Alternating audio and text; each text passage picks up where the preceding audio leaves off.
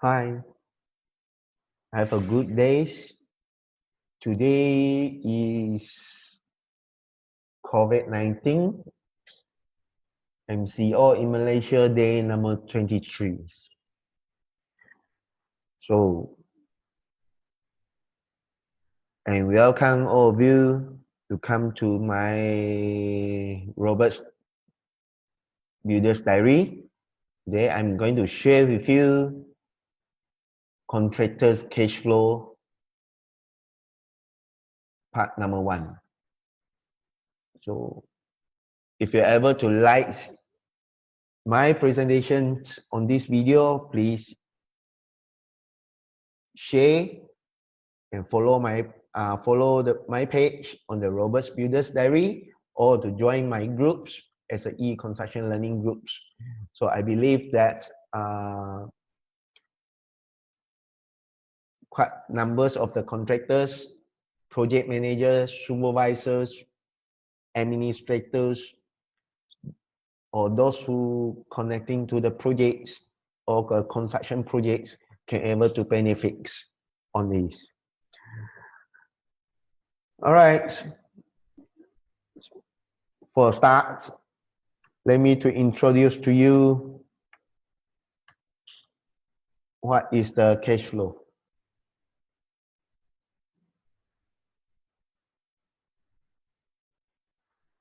All right. Cash flows as a general is a movement of incomes and expenditures out of a business or other entities also over a time period, which means that it's an income and the expenditures. So cash flows is not only to coming with the business, but it's come to our personals, then it comes to everybody nowadays. But today I'm going to discuss here is for a contractor, especially I will focus to a projects. So in constructions, what is that cash flow? It's a cost incurred. It's a cost incurred amount of the cost incurred during the lifespan of the projects, which means that just giving examples, we have 12 months of a contract durations. That project's lifespan is 12 months. So what is the cost actually we are incurring during these 12-month periods, right? So why that is important for us to acknowledge what is the cash flow of a status to the projects. So we come to all levels of the funding. Very important. You come to the level of all levels of the fundings. Okay, this funding is right to find out how much is required to a project. So, and where is the source of it? Where by the time we execute a project, where is the source of this cash flow, of this funding? So, and how much is it? Is the two main factors of it. So we can have it in the source of your own financings, investor financings, facilities financings, and credit financings from the financial institutions, right? So this is needed to define before we can able to execute a project. So same things, the funding, it can able to be in the form of the materials, it can able to be in the form of the monetary value, it can able in the form of the creditors. So what is the purpose this cash flow? So of course, for the services that we engage for the operations, cost that we engage, sometimes to the supplier and the subcontractor that we engage for. So this is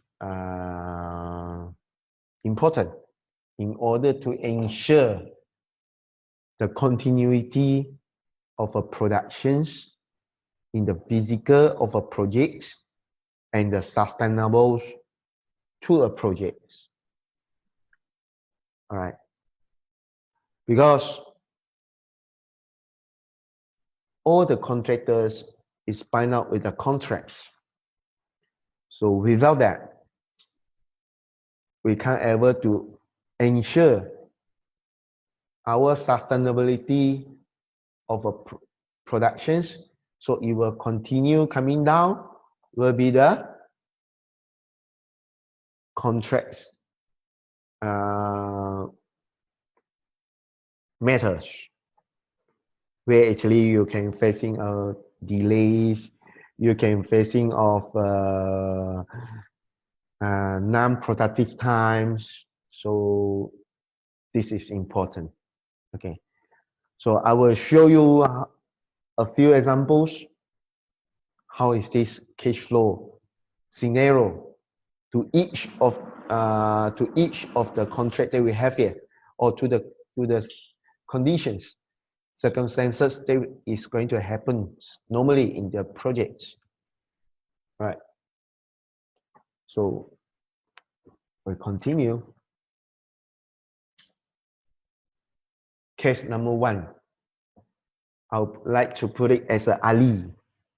So a developer or the main contractor is awarded to a contract to Ali. So normally we will have what is the condition of the contract, right? So I put out a simple terms. There is a certification 21 days. You have a payment honoring of the 30 days, and a progress claim submissions will be every 25th of the month, right? So what is the scenario of the flow? Let us see on the next slide. Ali projects, same thing. I use the M1, M2, M3, M4, M5 to indicate the month of a project. So by end of the month 1, at least we're going to submit the claims. Month 2, you are going to receive the certificate. Month 3, all right, there is a happy time. You will receive the first payment from the month number 1. All right. Then continuously, you will receive the payment on the month number 2, number 3, number 4, continuous from the where actually during the month 4, month 5, month 6, month 7, and continue. All right. So with this, but then there is the danger of it. How? In fact,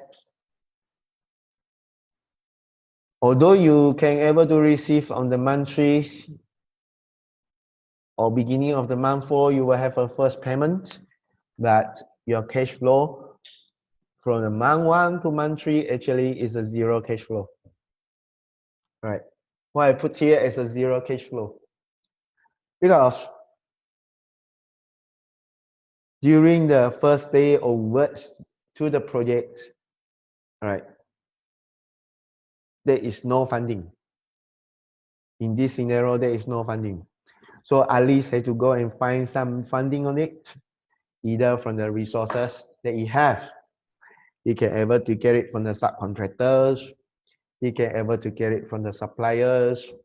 So he can able to get it from the bank. He can able to get it from the financial institutions. So all this for the input of a funding to this project. So he have to ensure that, all right, so when he going to receive the first payment, right, in order he can able to pay to his resources that he spent on the month 1, month 2, month 3. All right. So, however, by the month number 4, number 5, so he still have a negative cash flow. Negative cash flow I would like to put here is because whatever expenditure that is on the month number 4, you will not able to get it from the month number 1. You will not going to have a balance on it. So because the project is going to expense are going to get bigger and bigger because the production is going to have a heavier and heavier because the project is running by the S curve. All right. So he got to be very, very cautious in order to find his cash flow where the expenditure and the cash flow and his funding and his resources to meet up a point where actually it can able to be equal. So that is where you only can able to relieve from the sustainable project funding during a point. So on these conditions, normally it can able to make it with some resources in France, with some resources in the suppliers, subcontractors.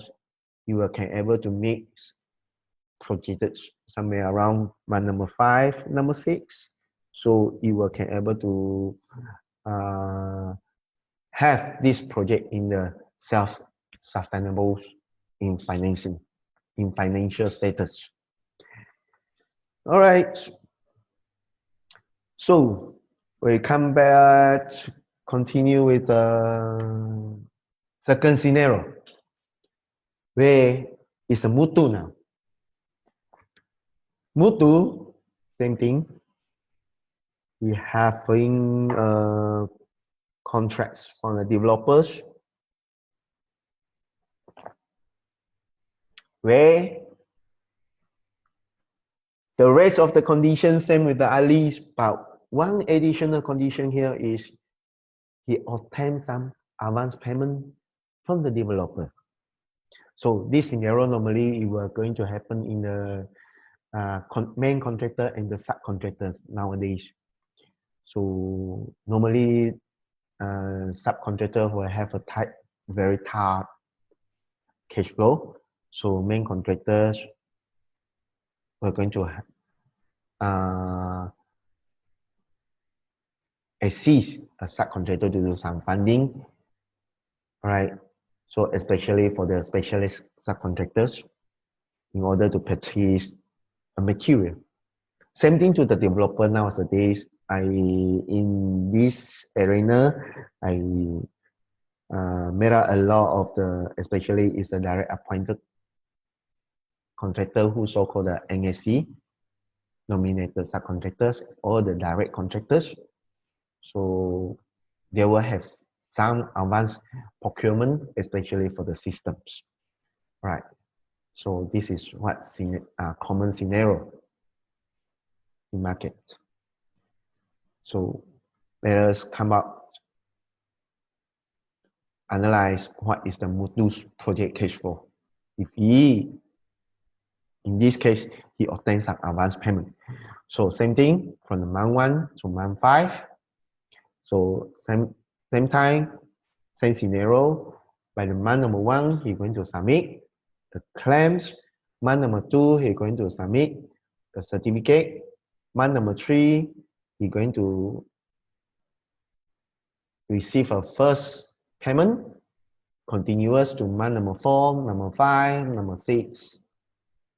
All right, same thing to the payment number 1, number 2, number 3. What is the difference here? So this difference is you have an advance payment. So you will have a positive cash flow in advance in the month number 1.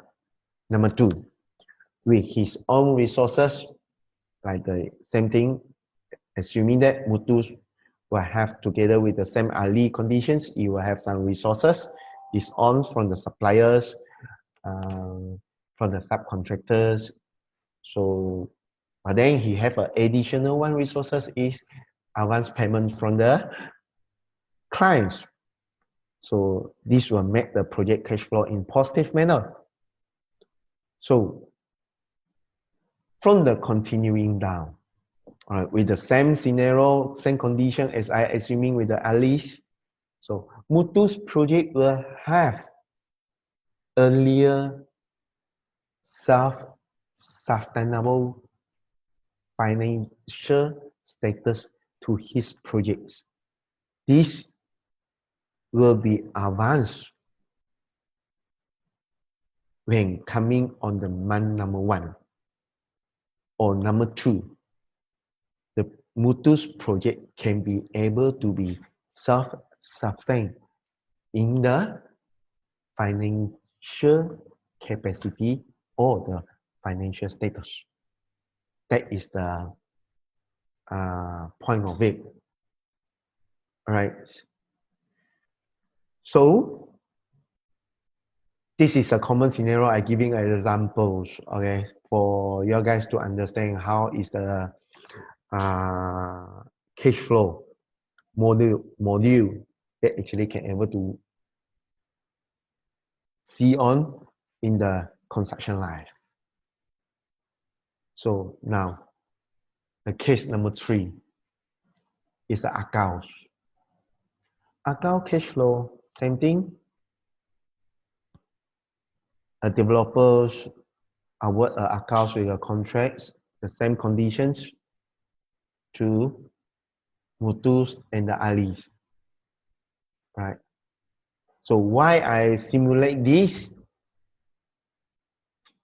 conditions? Your state is do have some numbers of the cases that I made here with this kind of scenario. So how are we going to ensure it? All right.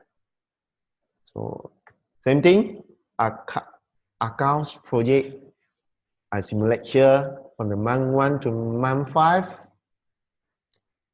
Same thing, okay, submission on the month number 1, certificate on the month number 2. All right, you guys seeing here? All right, we have a blank here. So what it says?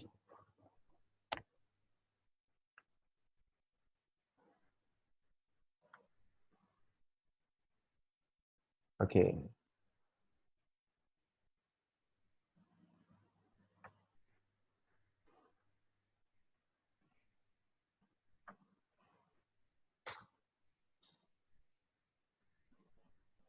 Too bad. We have a delay. Oh my God. All right. We have a delay. Assuming that we have a delay for 1 month, we have a delay for 1 month, then only that he able to receive his first payment on the month number 4. All right, so this is bad guy, unfortunate guys. So then what happened to the cash flow conditions? You see the arrow here? It's going to be wider, elongated, in the sense accounts with the same scenario, you have a delay for 1 month of honoring a payment. So the initial negative cash flow to the project is being prolonged. Right? Then continuously you will have prolonged the sustainable financial status to the project, which means account will need more resource, funding, credit, financing assistance to this project, because is going to the sustainable point where actually I try to do some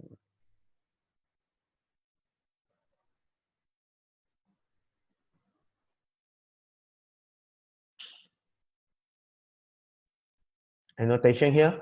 So which means that you are going to have this and the midpoint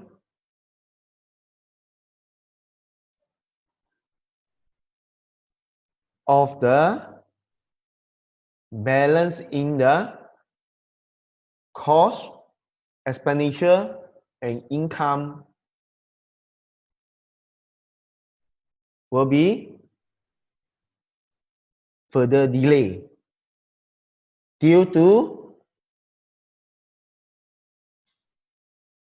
the delay of a payment. So this is bad. So which we can see this scenario also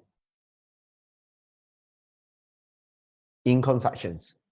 All right, this is the critical case. So then accounts have to sustain himself in the sense he needs more cash flow. All right. Okay. So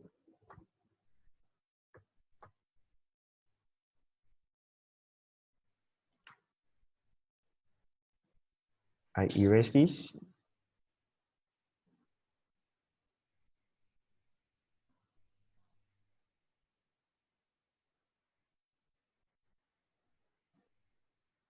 Okay, thank you.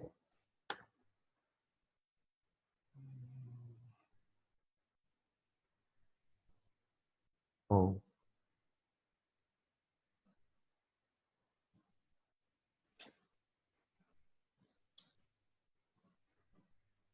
All right. So lesson learned. Cash flow is one of the essential factors for ensuring productivity in constructions.